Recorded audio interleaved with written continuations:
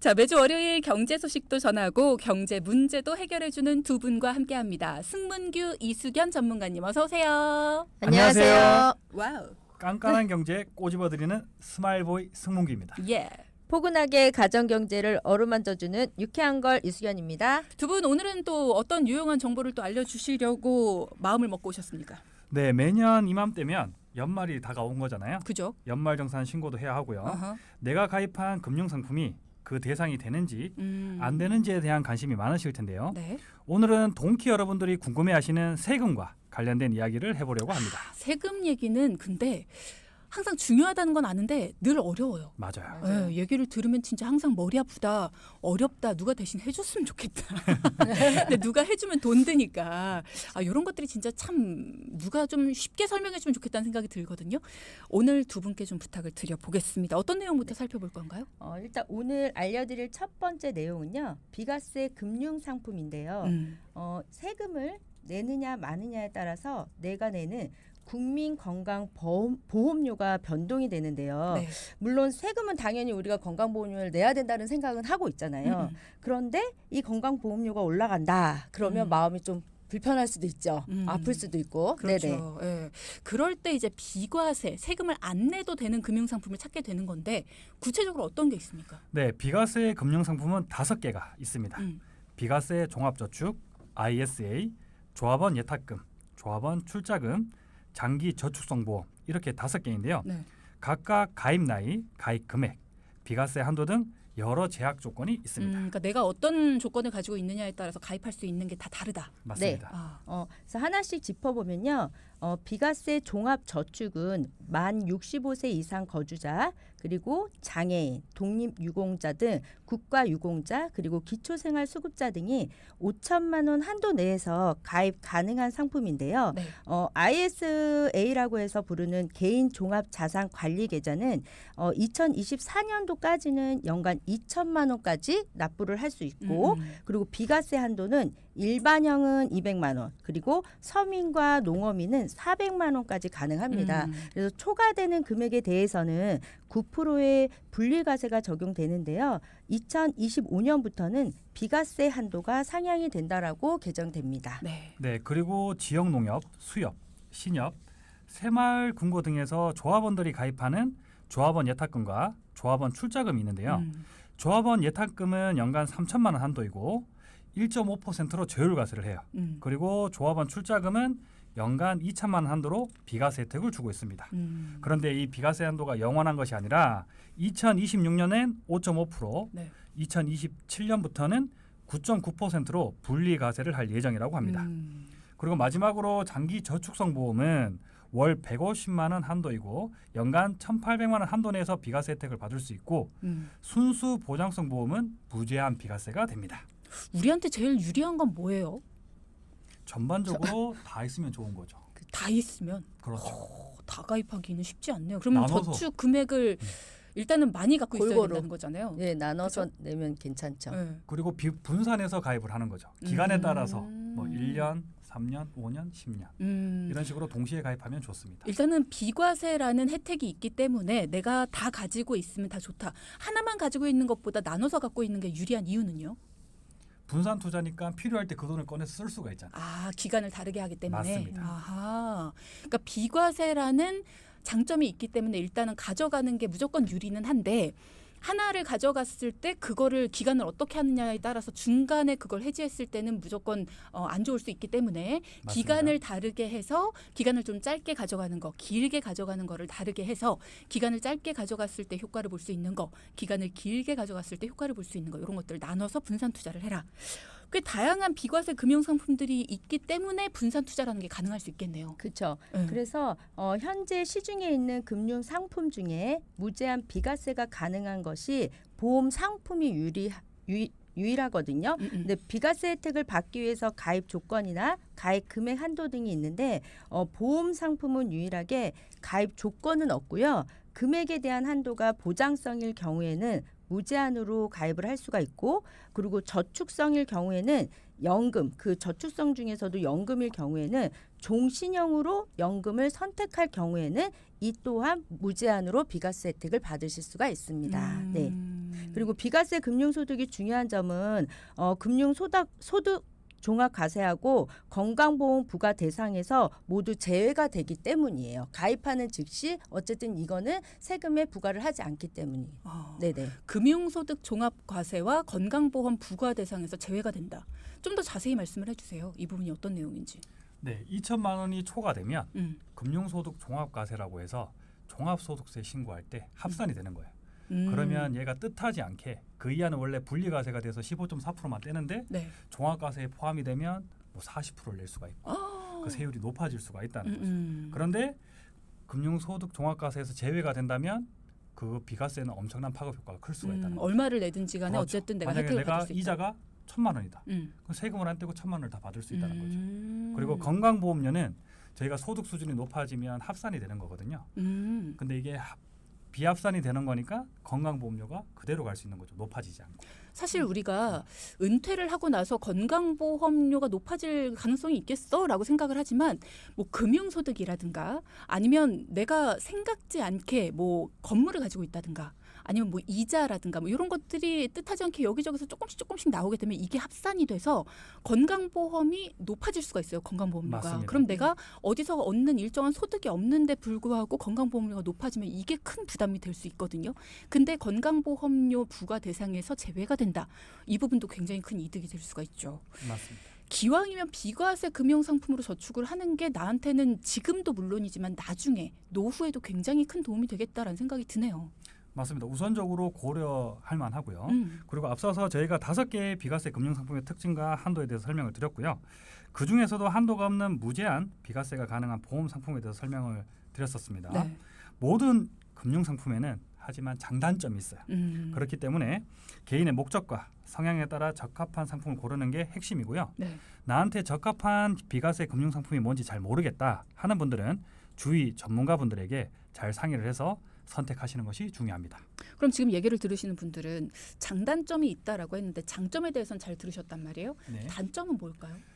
장기 저축성 보험은 아까 무제한이라 그러잖아요. 하지만 장기라는 기간이 있잖아요. 근데 내가 단기적으로 필요한 돈을 못 꺼내 쓰는 거니까 그 장기적으로 유지할 때는 단점이 될 수가 있는 거죠. 맞아. 제 주변에도 이게 장기적으로 했을 때만 이 혜택을 다 볼 수 있는 거야라는 부분을 잘 인지하지 못하고 가입을 하셨다가 결국은 엄청난 돈을 손해 보셨던 분들 맞습니다. 얘기를 갑작스럽게 돈이 필요할 때 유동성이 맞아요. 없으니까. 맞아요. 네, 피해 볼수 그래서 있습니다. 분산 투자가 필요하다라는 맞습니다. 얘기들을 많이 해주시고요. 자, 그러니까 내가 그냥 뭔가 이게 장점이 되게 크게 보인다라고 하더라도 무조건 내가 남아 있는 돈을 다 그 장점이 뛰어나다고 생각한 곳에다가 모조리 다 투입을 하면 안 된다라는 거. 그래서 전문가의 팁이 필요한 거고 전문가의 솔루션이 필요한 거겠죠. 자, 여러분도 전문가에게 잘 모르겠다라고 한다면 내가 지금 가지고 있는 이 여윳돈을 어떻게 투자를 해야 내가 나중에 손해보지 않고 더 잘, 그리고 나의 상황에 맞게 더 많은 돈을 굴릴 수 있을까, 더 많은 돈을 돌려받을 수 있을까, 이런 부분들 물어봐 주시기 바랍니다. 자, 세금 관련해서 두 번째로 살펴볼 내용은 뭘까요? 네, 이번에는 국세청도 추천하는 똑똑한 상속 징여에 관한 내용입니다. 네. 국세청에서 추천을 했다고요? 믿음이 가는데. 그렇죠. 어. 주디.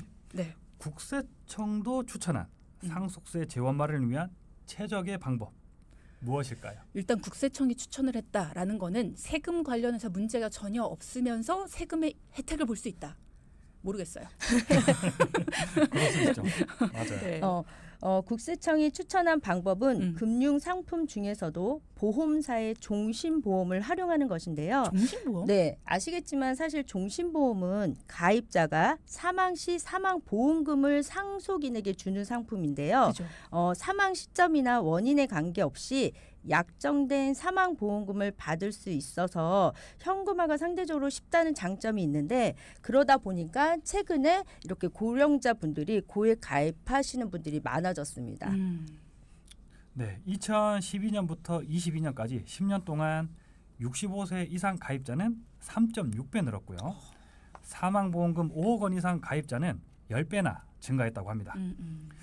왜 이렇게 상승했냐고 전문가들이 분석한 결과는 부동산이 가격 상승했잖아요. 그래서 수도권 아파트 한 채만 상속해도 수억 원의 상속세를 내야 하기 때문에 맞아. 고령 가입자와 고액 가입자가 급격히 늘어난 것으로 보인다고 합니다. 그래서 예를 들어 드릴게요. 네. 상속세를 5억 원 내야 할 때 현금이나 저축으로 준비하는 것보다 사망보험금 5억으로 준비하는 돈이 많을까요? 작을까요? 5억을 준비할 때. 글쎄요. 적으니까 질문을 하셨겠죠. 맞아요. 5억은 어찌됐건 모아야 된다는 거예요. 어. 예를 들어서 내가 10년간 모아야 된다. 5억을. 음. 그러면 거의 한 400만 원씩 모아야 되잖아요. 음. 근데 사망보험금은 그보다 돈이 적게 들어가기 때문에 여유가 있으신 분들이 준비를 한다는 거죠. 그리고 상속재산에 포함되지 않으면서 상속세 재원을 마련할 수 있는 방법이기 때문에 국세청도 추천을 했습니다. 특히 미국, 유럽 등에서는 최고의 상속준비 방법으로 종신보험을 적극 추천한다고 합니다. 일단은 상속세를 낸다 뭐 이런 분들은 자산이 좀 많은 분들의 이야기다라고 생각을 했는데 이제는 집 한 채만 있어도 상속세를 내야 돼라는 부분은 반드시 기억을 해야겠어요. 우리들 네. 얘기거든요. 네, 맞아요. 그래서 한 가지 더 주의할 점이 있는데요. 종신보험을 가입할 때도 어떤 방법으로 가입하느냐에 따라서 절세가 될 수도 있고 그렇지 않을 수도 있는데요. 만약에 예를 들어서 부모가 수익자를 자녀로 설정을 해놓고 종신보험에 계약을 했다라고 하면 보험료를 부모가 납부를 했기 때문에 자녀가 받는 사망보험금도 세금을 내야 합니다. 그래서 부모가 보험료를 냈기 때문에 그 보험금도 상속 재산으로 보고 상속세를 부과해야 되기 때문에 그 사망보험금을 준비하실 때 계약자 그리고 피보험자, 수익자 그걸 반드시 확인을 잘 하시고 납부를 하셔야 됩니다. 아니 근데 주변에 봐도요. 내가 사망을 했을 때 남겨질 우리 가족들 특히나 우리 자녀들을 생각해서 이 사망보험, 종신보험에 가입을 하는 거니까 내가 사망을 하면 이 사망보험금은 우리 자녀들이 받아야지 수익자는 우리 그쵸. 자녀들 이렇게 네. 해놓는 경우가 많거든요. 맞아요. 대부분이 그렇게 해놓죠. 본인이 부모님이 납입을 하시고 피보험자도 본인이시고 이제 수익자만 본인으로 해놓거나 아니면 자녀들한테 준다고 그렇죠. 이렇게 해놓는 경우들이 많은데요. 그 역시나 본인이 소득을 벌어서 본인이 납부를 했으니까 그 또한 자산도 아무리 사망보험금을 자녀가 받는다고 하더라도 상속세에 다 포함이 되는 거죠. 그러면 네. 가입 시에 계약자를 누구로 해야 되고 피보험자를 누구로 해야 되고 수익자를 누구로 해야 되는 거예요? 정리 좀 해주세요. 네. 어떻게 해야지 세금을 안 냅니까? 돈 내는 사람을 보험 계약자라고 합니다. 어허. 돈 내는 사람. 응. 그리고 피보험자는 보험의 대상자. 응. 사망했을 때 대상자죠. 응. 그다음에 수익자는 보험금을 받는 사람. 응. 그래서 돈을 내는 계약자하고 보험금을 받는 수익자. 응. 동일하면 상속세가 면제가 된다. 피보험자를 누구로 하든. 그래서 만약에 자녀가 계약자, 수익자 자녀, 피보험자를 부모로 두면 이 자산은 상속재산에서 제외가 되는 거예요. 사망보험금이 몇십억이든 재산 제외가 되고 그 수익자 고유의 재산으로 받을 수가 있다는 거죠. 그럼 돈을 자녀들이 내야 되는 거잖아요, 계속. 맞습니다. 그렇죠. 그래서 경제 활동을 시작한 자녀가 내야 되는 거고 만약에 경제 활동을 못 한다. 근데 나 자산이 많다 하면 조금씩 증여를 하는 것도 하나의 방법이 될 수가 있는 거죠. 근데 보통 자녀들이 그렇게 생각을 해요. 우리 부모님의 사망보험, 종신보험을 든다라는 걸 굉장히 불효라고 생각을 할 때가 많습니다. 보통 그렇더라고요. 주변에 물어보면. 맞습니다. 네. 이거는 일단 상속 재산을 먼저 계산을 먼저 해본 거죠. 그래서 합리적으로 이게 저축으로 하는 것보다는 종신보험이 유리하니까 가입을 어찌됐건 자녀가 상속세를 내야 우리나라는 그 부모님의 그치, 상속 맞아. 재산을 가져올 수가 있어요. 음. 만약에 세금을 내지 않는다. 그러면 내가 취하고 싶은 부동산이나 현금성 자산이 어떻게 되냐면 팔아야 되겠죠. 그걸로 이제 납부를 해야 되니까 그게 문제가 될 수가 있습니다. 그러니까 이런 부분도 가족끼리 미리 상의를 좀 해보는 게 필요할 것 같네요. 맞습니다. 그러니까 다시 한번 정리를 해보면 가입 시에 계약자를 부모로 하면 안 된다라는 거네요. 그렇죠. 음. 자, 다시 한번 말씀드리면 보험 계약자와 수익자를 자녀로 하고 피상속인 부모를 피보험자로 설정하고요. 보험료를 자녀가 낸다면 사망보험금에 대해서 상속세를 내지 않으면서 상속재산에 대한 상속세 재원으로 활용할 수가 있습니다. 자, 그럼 이번에는 전문가님들이 직접 만나서 이야기를 나눠본 분의 어떤 사연, 어떤 고민 이런 것들을 좀 들어볼 텐데 어떤 고민으로 두 분을 찾아오셨을지 그리고 어떤 솔루션을 통해서 고민을 해결하셨을지 우리가 3부를 통해서 이야기 나눠보겠습니다. 일단 사연부터 만나보죠.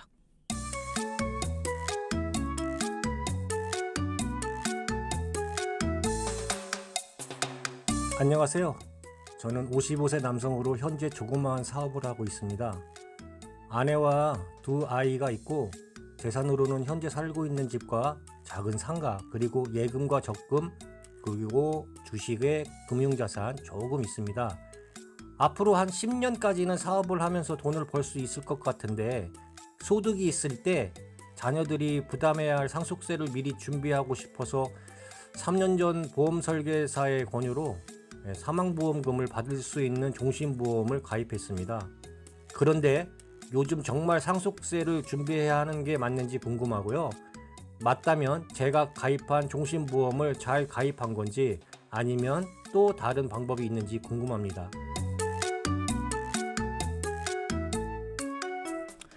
자, 오늘 사연자분 자녀들이 부담해야 할 상속세, 그러니까 내야 될 세금이 너무 많을까 봐 미리 좀 준비를 하고 싶다라는 마음에서 보험 설계사분의 권유로 종신보험에 가입을 하셨다라고 합니다. 근데 진짜 상속세 준비를 따로 해야 되는 게 맞는 건지, 아, 내가 괜히 보험만 가입한 거 아니야? 라는 고민이 또 되시는 거죠.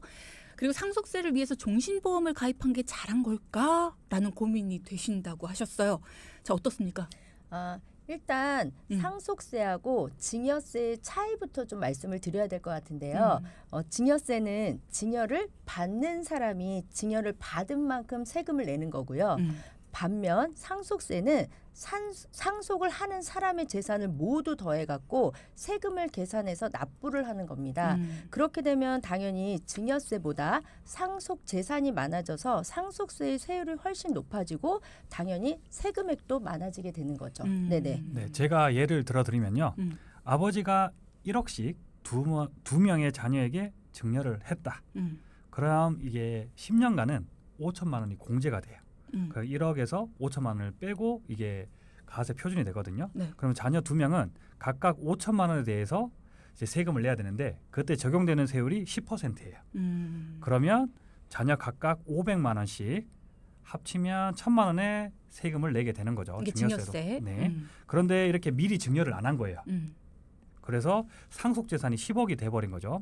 그럴 때 2명의 자녀에게 상속이 된다면 배우자님이 없다고 가정을 하면 일괄공제 5억만 적용이 되거든요. 그러면 가세 표준 5억이 되는데 이때 적용되는 상속세율은 20%가 됩니다. 그럼 이분은 세금으로 1억 원을 내야지 이 상속재산을 가져오게 된다는 거죠. 그럼 상속세를 줄이려면 어떻게 해야 되냐면 미리 사전에 증여를 잘 이용하시면 상속재산을 줄일 수가 있습니다. 그렇죠. 상속 시 내야 되는 세금이 증여세보다는 많이 커지기 때문에 사전에 증여하는 것이 중요하다라는 얘기. 그리고 전 재산을 증여할 수는 없으니까 결국은 상속세가 우리가 생각하는 것보다 많이 부과되지 않을까 싶은데요. 네. 그래서 유고시 받는 가족들의 상속세를 걱정하는 분들이 굉장히 많아졌는데요. 현금으로 상속세를 준비를 해도 되지만 이 현금도 상속 재산에 포함이 되기 때문에 당연히 상속세가 늘어나게 되는데요. 그래서 가장 좋은 방법은 사연자분처럼 보험 상품을 활용하는 것이 가장 좋은 방법이 될 수가 있습니다. 네, 상속세. 네. 그렇군요. 네. 맞습니다. 그래서 상속세를 준비하기 위해서 보험을 가입할 때는 앞서서도 설명드렸지만 주의할 점이 있어요. 보험 상품 가입 시에는 계약자와 수익자를 꼭 확인하고 가입을 해야 되고요. 사연 보내주신 분께서 피보험자가 되는 것은 맞지만 계약자와 수익자는 자녀 명의로 되어 있어야 합니다. 계약자, 만약 수익자. 아버님이 보험료를 내고 있다. 그러면 계약자로 아버지로 할 경우에는 이 사망보험금도 상속재산에 포함이 될 수가 있어요. 즉 상속세 부과 대상이 된다는 거죠. 그래서 2명의 자녀가 각각 계약자와 수익자가 되어야 사망보험금은 자녀의 재산이 되고 이 받은 보험금으로 상속세를 내게 될 수 있습니다. 그렇군요. 네. 한 가지 더 가입 기간을 확인해야 되는데요.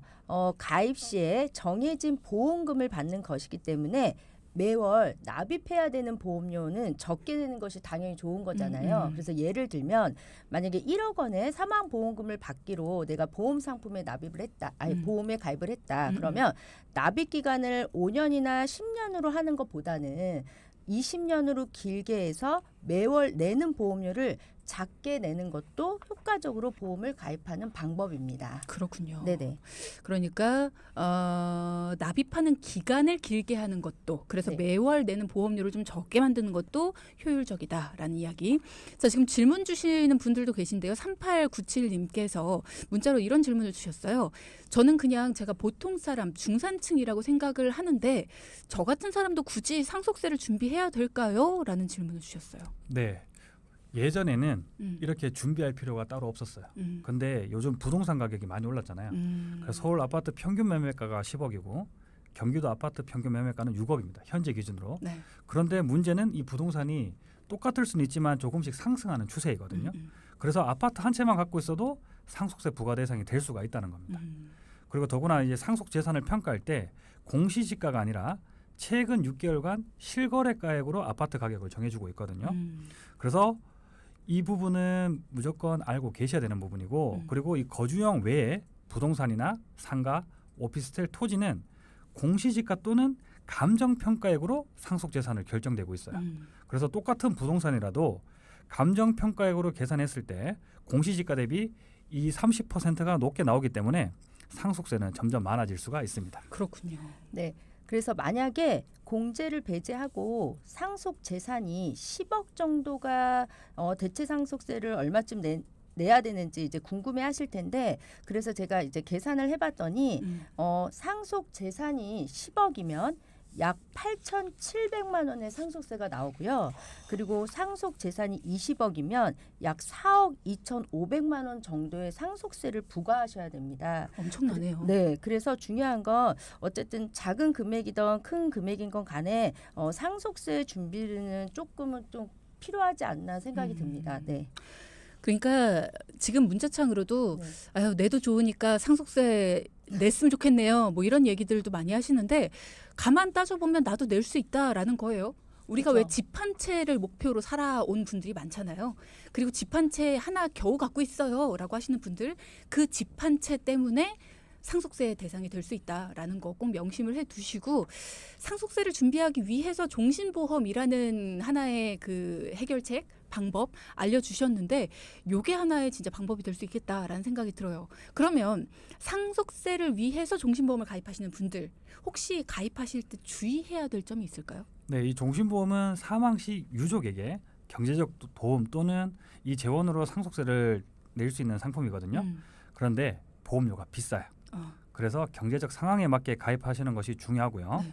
그리고 납입이 끝나기 전에 해지하게 되면 해약환급금이 많이 작기 때문에 중간에 해약하지 않고 납입 기간이 끝날 때까지 잘 납입할 수 있는지도 경제 상황을 충분히 고려한 후에 가입을 하셔야 되겠습니다. 네, 그리고 보험 가입 시 주의할 점이 또 하나 있는데요. 자녀가 계약자의 경우 자녀의 소득으로 보험료를 납입을 해야 되고요. 만약 소득이 없어서 보험료를 낼 수가 없다. 이런 경우는 일단은 계약자 수익자를 어머니로 하고 아버지가 사망 시 상속된 재산으로 다시 어머니를 피보험자로 하면 종신보험에서 자녀가 계약자 수익자가 된다라고 하면 자녀가 받는 상속 재산은 전액 비과세 상품으로 상속세를 준비를 할 수가 있습니다. 그러니까 무슨 얘기냐? 잘 이해가 안 되신 것 같아요. 표정을 보니까.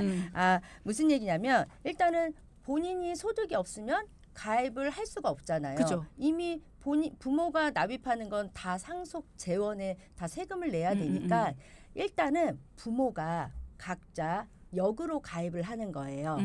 엄마가 계약자, 수익자, 피보험자는 아빠, 그리고 아빠는 또 부는 계약자, 수익자하고 모로 피보험자를 해서 각각 역으로 가입을 해놓으면 사실 다 사망할 때 같이 한 날 한꺼번에 딱 사망하진 않잖아요. 그렇게 되면 한 분이 사망을 하게 되면 한 분의 상속세를 다 준비를 했기 때문에 그 재원으로 다 상속세를 다 납입을 끝냈잖아요. 그러면 그 다음에는 한 분만 남게 되잖아요. 그때 계약자 수익자는 변경이 가능하세요. 피보험자는 변경이 안 되지만 그러면 그때 자녀가 계약자 수익자를 변경을 하고 그때부터 납입을 하면 그 자산 그 상속 사망 보험금은 다 자녀 거기 때문에 그 돈으로 납입을 하면 되는 거죠. 네네. 자, 그럼 오늘의 포인트도 짚어볼게요. 첫째, 비과세 금융상품은 금융소득 종합과세와 건강보험료 부과 대상에서 제외된다. 두 번째. 국세청이 추천하는 상속세 준비 방법 중 하나는 종신보험이다. 네, 두 분 오늘도 수고하셨습니다. 감사합니다. 네. 방송 중에 상담해드리는 내용은요. 청취자 여러분의 올바른 투자 판단을 위해 참고로 드리는 말씀입니다. 금융상품 가입이나 해지 같은 판단은요. 스스로의 책임으로 결정하셔야 한다는 점 꼭 기억하시기 바랍니다.